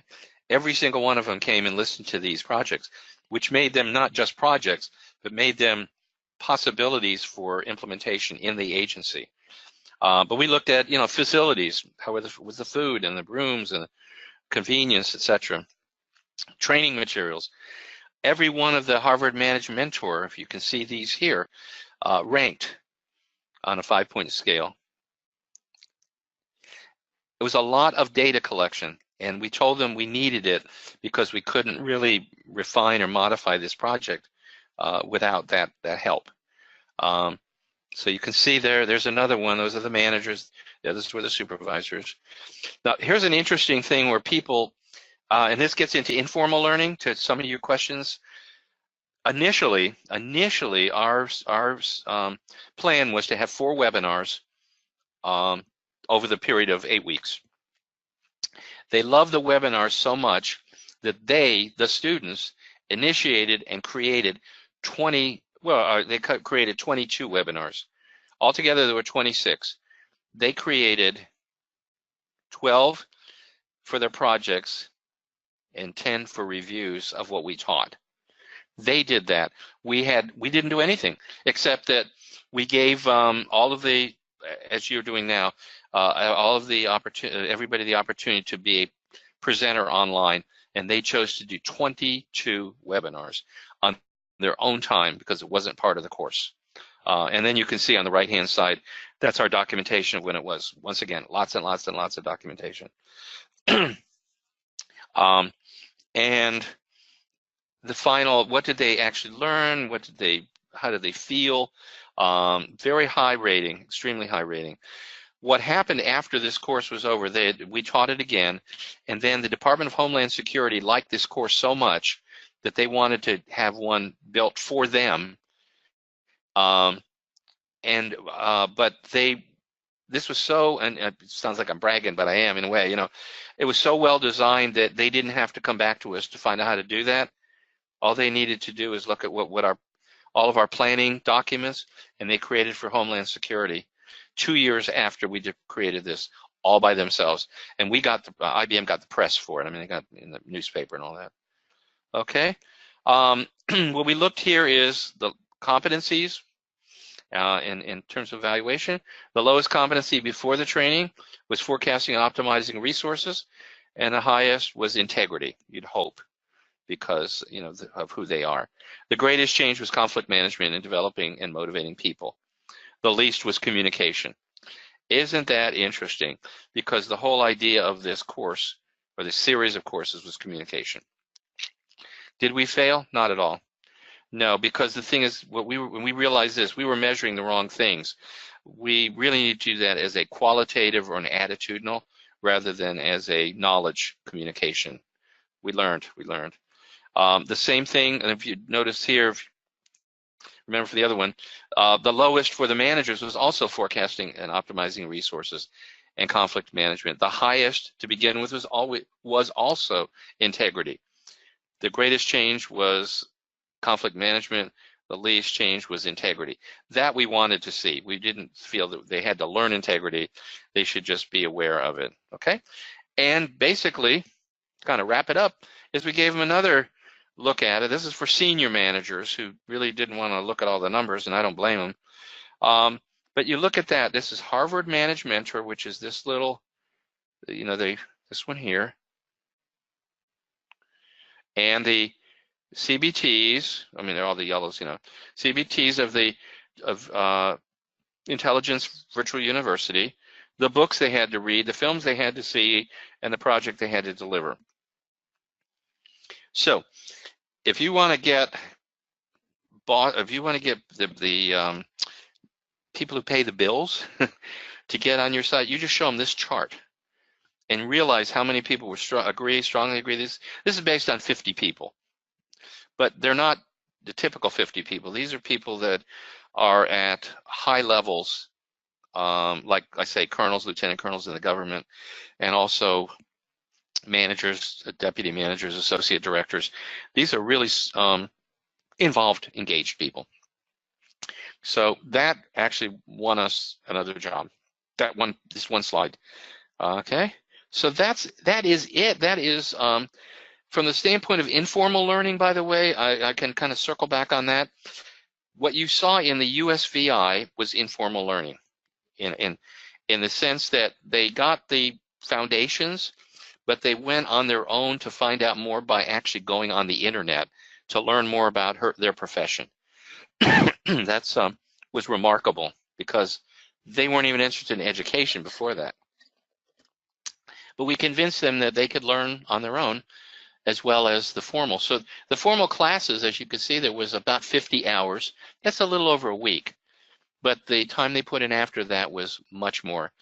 The same thing here. They learned from each other because the more experienced people were mentoring the less experienced people in this particular course that you're looking at here. It was a 10-week course, but if you count all the numbers up, only roughly 10 days of the 10 weeks. Now, by the way, they weren't sitting there for 10 weeks. They were going back to their job and applying it. But only 10 days of the 10 weeks actually was formal education. The rest was on OJT, coming back, talking about what they did, sharing it with each other, making people interested in their agency, presenting to their respective top person who actually sat there. In fact, the head of DIA at the time was scheduled to go to a 45-minute meeting, 45-minute presentation by members of her staff that were in this course. And we were very respectful of time. We started right on the dot and ended right on the dot, so that they would be no delay. They're very busy people, very, very important people. And her name was Patricia Long, or Tish Long. Tish said, and I was sitting in back of her because I was, kind of looking at body language. She turned to me and she said, I'm going to call my assistant. By the way, the first presentation was DIA. I'm going to call my assistant. How long is this going to go on? And I said, well, it's going to go on for 4 hours. She goes, okay, I'm canceling all of my appointments for the next 4 hours. I thought I went, oh my gosh. But, I said, well, thank you very much. She said, this is really valuable. And that was something that we weren't really looking for that. We were looking for the students, the participants, to get their, if you will, spotlight on them for all the hard work they'd done for 10 weeks. And the senior management picked up that quickly. And many of them never left and listened to the other presentations, even though it wasn't for their agency. So anyway, that's it. Are there questions, comments? Happy to help. Dr. Weinstein, this is Rhonda. I had a question about the Harvard one. Yes. It looks like the program was designed to help them continue learning, where you didn't necessarily have to involve a trainer to keep the content going, because they were initiating it and continuing the knowledge. Absolutely. In fact, I'm glad you brought that up. That was something I was going to talk. As you noticed, in some cases, they had 22 or 18 modules that they taught. I'm so glad you said that because I almost forgot to say it. Hang on one sec. Harvard was so interested in what we did that they said, we will give you, and by the way, we only had a license for 6 months because that was part, the development, we also had to have their materials in order to develop. They gave them the opportunity, them meaning all of the students as well as us, but all of the students, all 50 of them, the opportunity to take any of the other modules in the 55 series of modules. Even though 22 were assigned, they gave them all of them. And we found that in most cases, the typical student went and looked at least 6 to 8 more modules on their own. So thank you for saying that. Yeah, because it's it was continuing education, and they had it for a whole year instead of 6 months. Now, of course, that from a marketing standpoint, from Harvard, that was a good move. But also, they wanted to see how many people would, on their own, not having to do it for a requirement, how many would actually do it on their own. And like I said, and it wasn't in this. It couldn't have been in this presentation because this was the week after we finished the project, and that actually went on for the rest of the year. So, it was lifelong learning. And by the way, they also have, I think, OD&I actually took out a license for everybody who is part of intelligence community to be able to take those. OPM, by the way, handles all of the online licenses. So I think they went to OPM and said, you need to buy this so we can all use it. Other thoughts?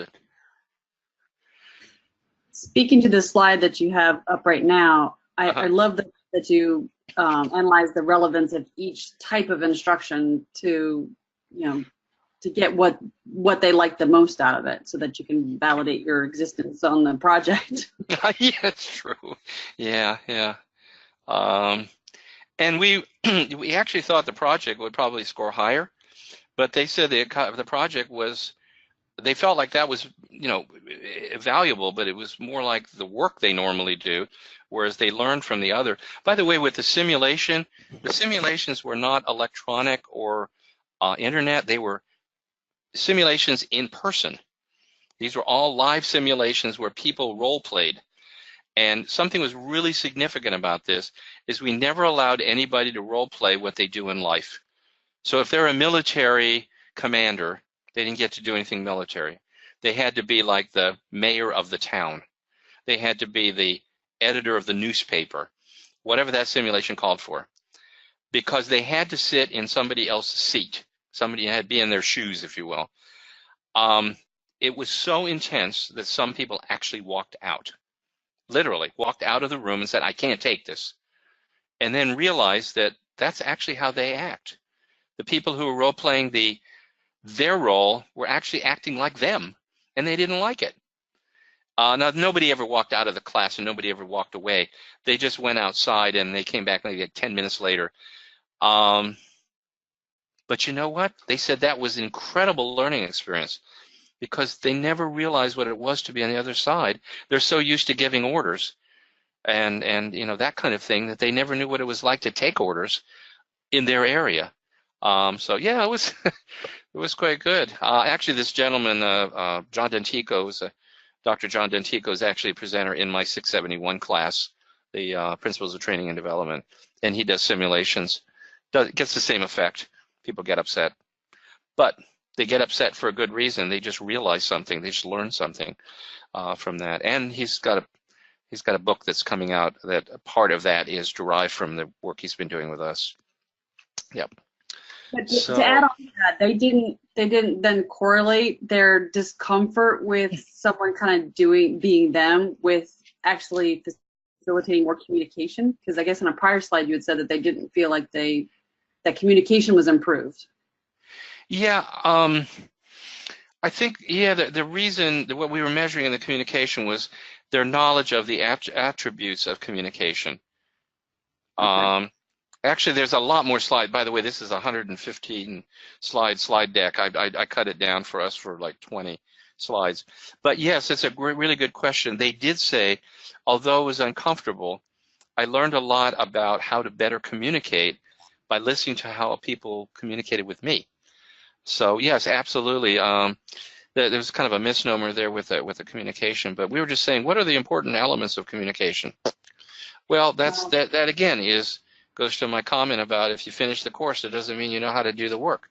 It just means you know the information you learned. Yeah. But that's why DHS picked it up, because DHS has to deal more with the public or with the local and state government than CIA, DIA. They mostly deal with the Office of the President, the executive offices, and all those guys. But the DHS would be dealing with the gentleman from Vitima, from the FEMA people.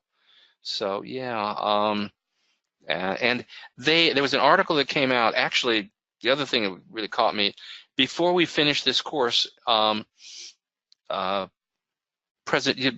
entire course sequence, DIA, and they have a bi-monthly journal. So every 2 months they're publishing something, but usually you have to have a month in advance of the first date of that two things. So the first one was July, August of 2008, because we ended the course in July. They already had an article prepared in June, and we hadn't finished the course yet. That's how much they really thought it was important. And the DIA communique, both electronically and in print, goes to 6,000 people all around the world. You know, all the ones you saw in NATO, if you've seen on the TV. It goes to NATO, it goes to everything, every one of those organizations, so they know what DIA is doing in terms of training and other things, you know. Then 2 years later, the DIA communique article was written. We didn't even know what had happened with the course, you know, with DHS. And the byline, it was, you know, it said, one course gives birth to another course. So they're really saying that now we're communicating better because DHS is now talking with intelligence community. It's two different groups, but they're all under OD&I. So yeah, they learned a lot. They learned a lot, and that was the informal part. I mean, anybody who's asking about that, they learned more from that simulation than if we had taught them all the aspects and all the attributes of communication, because they actually learned how to communicate. Whoa, and the other part of it too, from informal learning, is we showed, you know, Top Gun and other movies about how are you guys in the room, the ladies and gentlemen that were taking the course, how are you depicted in the media and how accurate it is? Because some people don't know what they do except through the movies, you know? And there was a lot of criticism about, well, that's not what we do. Why do they present it that way? Well, it's entertaining.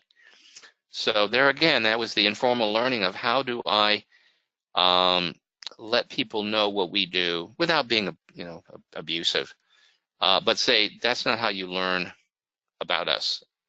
And then they make their presentation. So they actually took our idea of playing like 5 minutes of one of those movies and saying, that's not us. It's kind of us, but not us. Yep.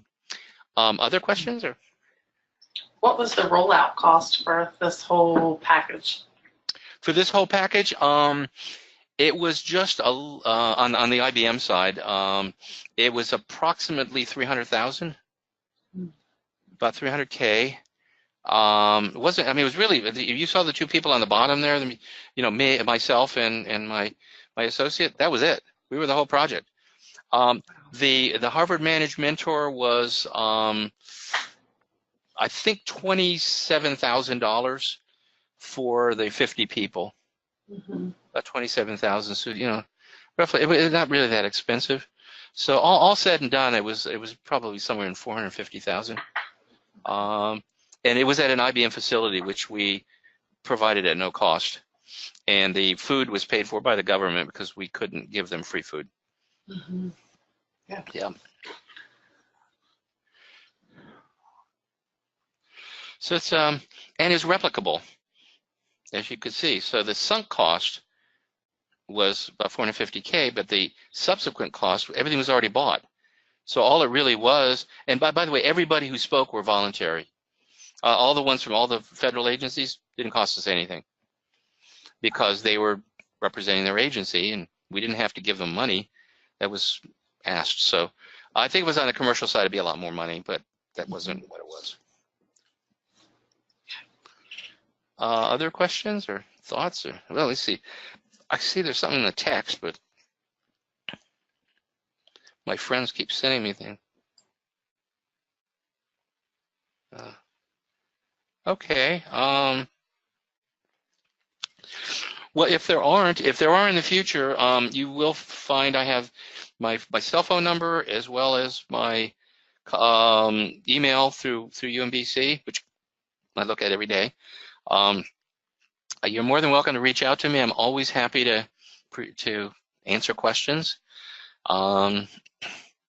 If the thing is, I can't, because both of these slides that I just showed you now, because I'd have to get customer permission. But if there was a need for that and you thought it might help, let me know and I can reach out to them. Like I said, nothing is classified, nothing is not to be distributed. You just have to control, we just have to say that so-and-so has it and who they are, just so they know where these copies go.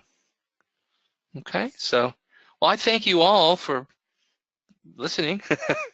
And anything I can do in the future. And hopefully, I teach 647 next semester. I don't know if anybody's going to be in that. It's the distance learning one, distance learning course. But I'd be I'm happy to. thinking about that one. This is wrong.